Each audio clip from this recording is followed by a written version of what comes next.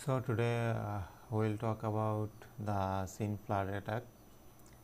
So as means of denial services, but before we can talk about that, we have to touch on the mechanism of the some TCP three-way handshake first. So let's take a scenario where we have got two machines making a connection to the machine 1, and in this case it's going to be the attacker, and machine 2, which is the case will be the victim. Now within the TCP protocol there is an initial handshake between this machine, and what happens is the handshake of first machine sends a synchronized request, often referred as a SYN. The second machine then acknowledges that and sending a synchronized acknowledgement response. So you usually see that as referred to as SYNAC. All going well, then the first machine will come back and send an acknowledgement and act the responses, and this will be the three-way handshake that have now established a connection together. This is pretty much TCP 101, and which is the fundamentals and how the protocol works. So let's move on through and see how it can be exploited in a SYN Flood attack, and so that we will be start the way the same as machine. So machine 1 is sending the SYN, machine 2 is sending the SYNAC, and then nothing, and it just waits and nothing actually happens.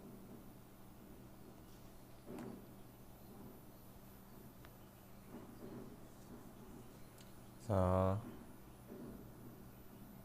the target is sitting there waiting for the response from a machine 1, but it never gets a response from the machine 2, and machine 2 doesn't know if it's the network latency, so it could just take a while for the response to come back.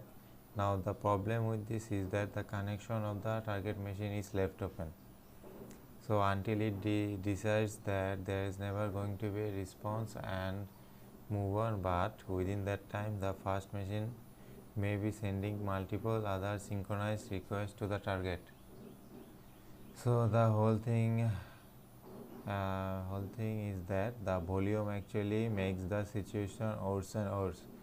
So this is the another volumetric attack, is just at the layer of 4, so that the fundamentals of a SYN Flood attack, but it can also be ramped up a bit. So let's look at this way. We have a machine 1 and which seems the SYN, but also spoof the source IP address. Now that means is that the target machine is now going to send a SYNAC and back to a totally different machine. So now we have got a target machine also targeting another machine, which is the one of IP address with the original SYN request. Now one reason the attacker may do this is to give them the obfuscation of a created degree of anonymity as to where the attacker actually is originating from all of this again. So is this layer 4? Let's now move on and take a look at the couple of layers, or take a look at the variants of a SYN Flood attacks. So direct SYN Flood attack, which is the case of a attacker start the SYN Flood attack under their own IP address. So in order to ensure that incoming SYN or ACK packets are discarded, the attacker configures the firewall of their machine accordingly. So another approach is to limit the network traffic from outgoing SYN packets with a spoofed ID. Attacks with a spoof ID address are more common. The attacker enters a fake ID address in the center field of a SYN packets, thereby obscuring their actual place of origin. Attacker prefers IP addresses that are not in use, and at the time of the attack they ensure the accidentally affected system do not respond to the SYN or ACK responses from the attacker server with an RST packets, which would thus terminate the connection. DDoS SYN Flood attacks, and full form is distributed denial of service SYN Flood attacks.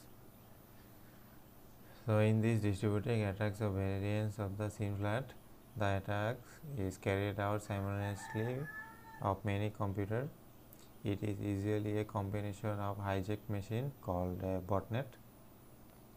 The botnet zombie computer are under the control of the attacker and then send a SYN packets to the target of their commands. Reflection SYN Flood attack. A server usually responds to a single SYN packets with a multiple SYN or ACK packets. An attacker could take advantage of this and trigger a reflection SYN Flood attack. The attacker spoofs the victim IP address and starts a DDoS SYN Flood attack against one or those uninvolved servers, and the victim machine is bombarded with a flood of SYN or ACK packages and collapses under the load. So let's look at some of the rules of protect against SYN Flood attack. The SYN backlog mentioned previously in the part of the operating system. So conceptually you can think of a SYN backlog as a spreadsheet. Each line contains the information of establishing a single TCP connection. The operating system the first manages the connection, then only a connection has established by completing the three-way handshake is it then passed of the application waiting at the port and then removed from the SYN backlog. A related approach is to delete the half of a connection from the SYN backlog when it is full. This creates space for a new half open connection. So in combination with a large SYN backlog, the approach can lead to a system remaining accessible during a SYN Flood attack. However, this method is ineffective for high volume attacks. The idea behind a SYN cache is very simple. Instead of storing a complete TCP in the SYN backlog, for each half open connection only a minimal TCP is kept. The technique uses cryptographic hashing to prevent the attacker from guessing the critical information about the connection, and the SYN cache has proven to be an effective connection data can only be lost in a few special cases.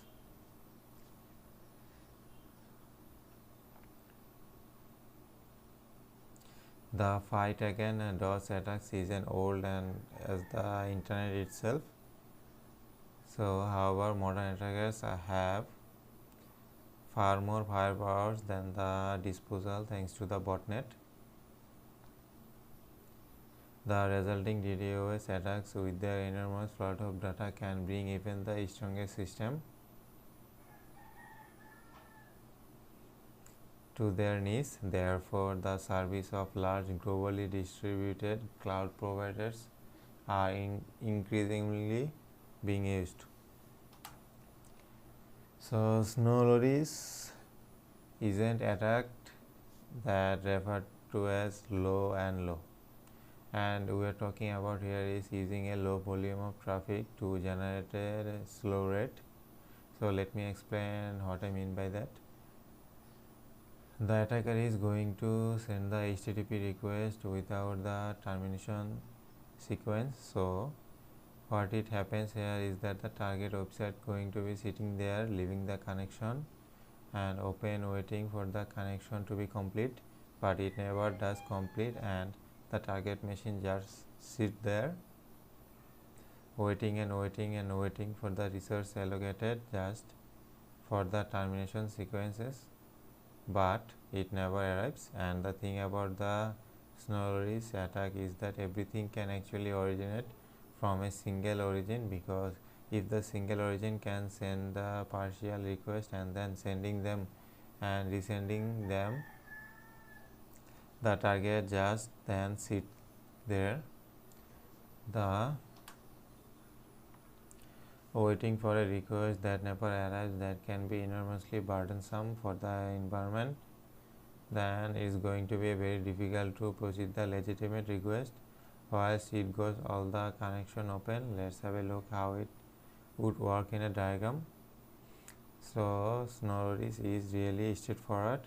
We simply have one machine sending an unencrypted HTTP get requested to another machine, and then it keeps sending them the target machine, and the target machine just sits there waiting for the request to be complete, but it never is. So that's the Snow-Loris connection in action. So let's get to a quite different and topic than this is the DOS and flashing.